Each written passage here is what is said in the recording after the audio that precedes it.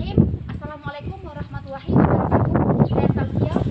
Saya selaku mahasiswa Perikanan Universitas Halo Oleo. Di sini saya akan mengajak teman-teman untuk menambah wawasan kita mengenai apa itu rumput laut dan bagaimana sih membudidayakan rumput laut yang baik dan benar. Sebelum itu, saya akan menjelaskan apa itu rumput laut. Rumput laut merupakan salah satu tumbuhan laut yang tergolong dalam mikroalga bentik yang bisa hidup dan melekat di dasar perairan. Untuk mengetahui cara membudidaya rumput laut yang baik dan benar, kita akan bertemu langsung dengan Ibu Wameria selaku pembudidaya rumput laut yang sudah berpengalaman. Oke, baik, saatnya kita let's go.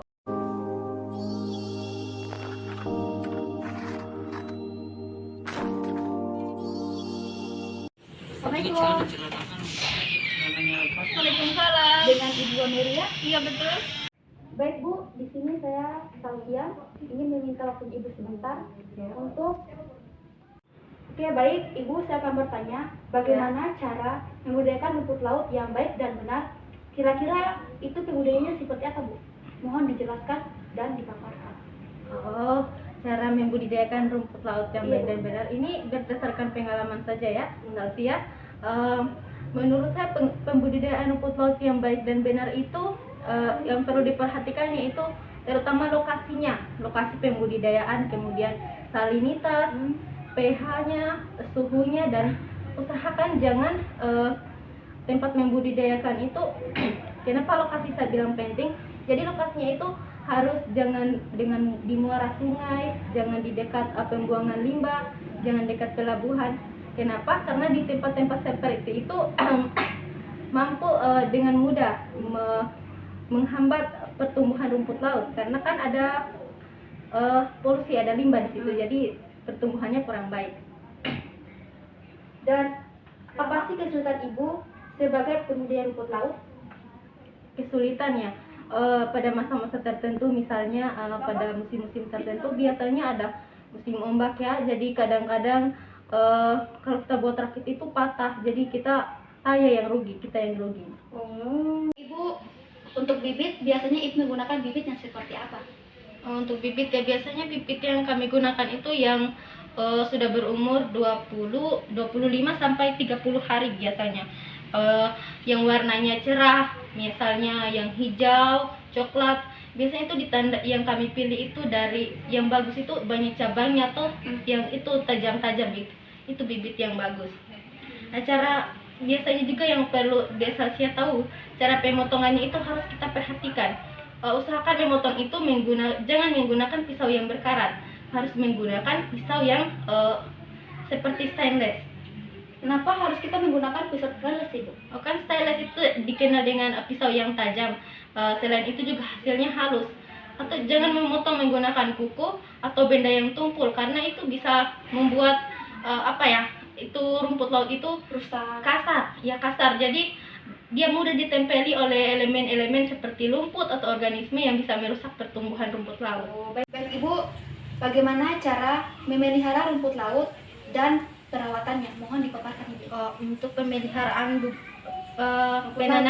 penanaman, bibit biasanya diikat dengan jarak 20 cm dengan beratnya harus 100 kg, berat 100 kg. Jadi selaras Ibu? Ya, supaya berkembang baik itu kita harus 20 cm, jangan terlalu dempet karena itu bisa menghambat pertumbuhan dari si rumput laut ini. Dan gunakan tali yang panjangnya itu biasanya 4 sampai 5 mm yang supaya bibitnya itu bisa tumbuh dengan baik. Jadi harus menggunakan tali yang berdiameter 4 sampai 5 mm. Kemudian juga 30 cm di bawah permukaan laut, karena kami menggunakan metode long line, jadi 30 cm di bawah permukaan laut. Kemudian untuk perawatannya, tadi kan ditanyakan perawatannya kan. Perawatannya itu biasanya kalau ada lahan kosong, kita biasanya melakukan penyilangan, karena kan kosong, jadi kita harus silang supaya tumbuh dengan baik dan benar. Oke Ibu, sebelum itu berapa lama kita memanen rumput laut Ibu? Untuk mendapatkan hasil yang maksimal biasanya setelah rumput laut berumur 45 hari biasanya. Oh, 45 hari itu kita sudah panen, supaya itu ketika pada 45 hari itu rumput laut ini sudah apa ya namanya, sudah tumbuh dengan baik lah intinya. baik Ibu. Berapa sih keuntungan Ibu, pendapatan Ibu mengenai membudidaya rumput laut? Sangat menguntungkan ya sebetulnya, karena kan membudidaya rumput laut ini adalah salah satu yang tidak terlalu juga apa ya, cara perawatannya tidak terlalu rumit, artinya cuma membutuhkan ketekunannya kita saja, banyak keuntungannya sebenarnya. Apakah rumput laut bisa gagal panen seperti halnya padi pada sawah? Oh bisa. Sama halnya dengan pembudidaya yang lain, ada saat-saat tertentu di mana suhu atau cuaca biasanya berombak, kan ada saat-saat di mana kita mengalami kegagalan panen.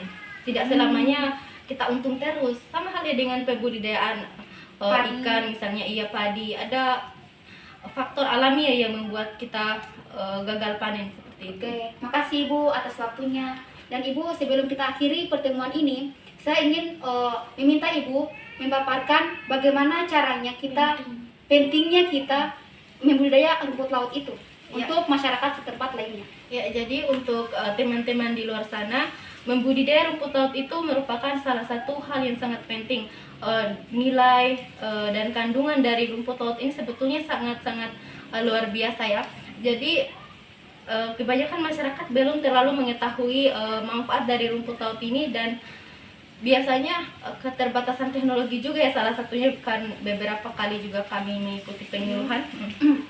Sebetulnya rumput laut ini adalah akomodasi laut yang sangat baik, jadi sangat penting untuk membudidayakannya. Membudidayakan rumput laut ini merupakan salah satu metode untuk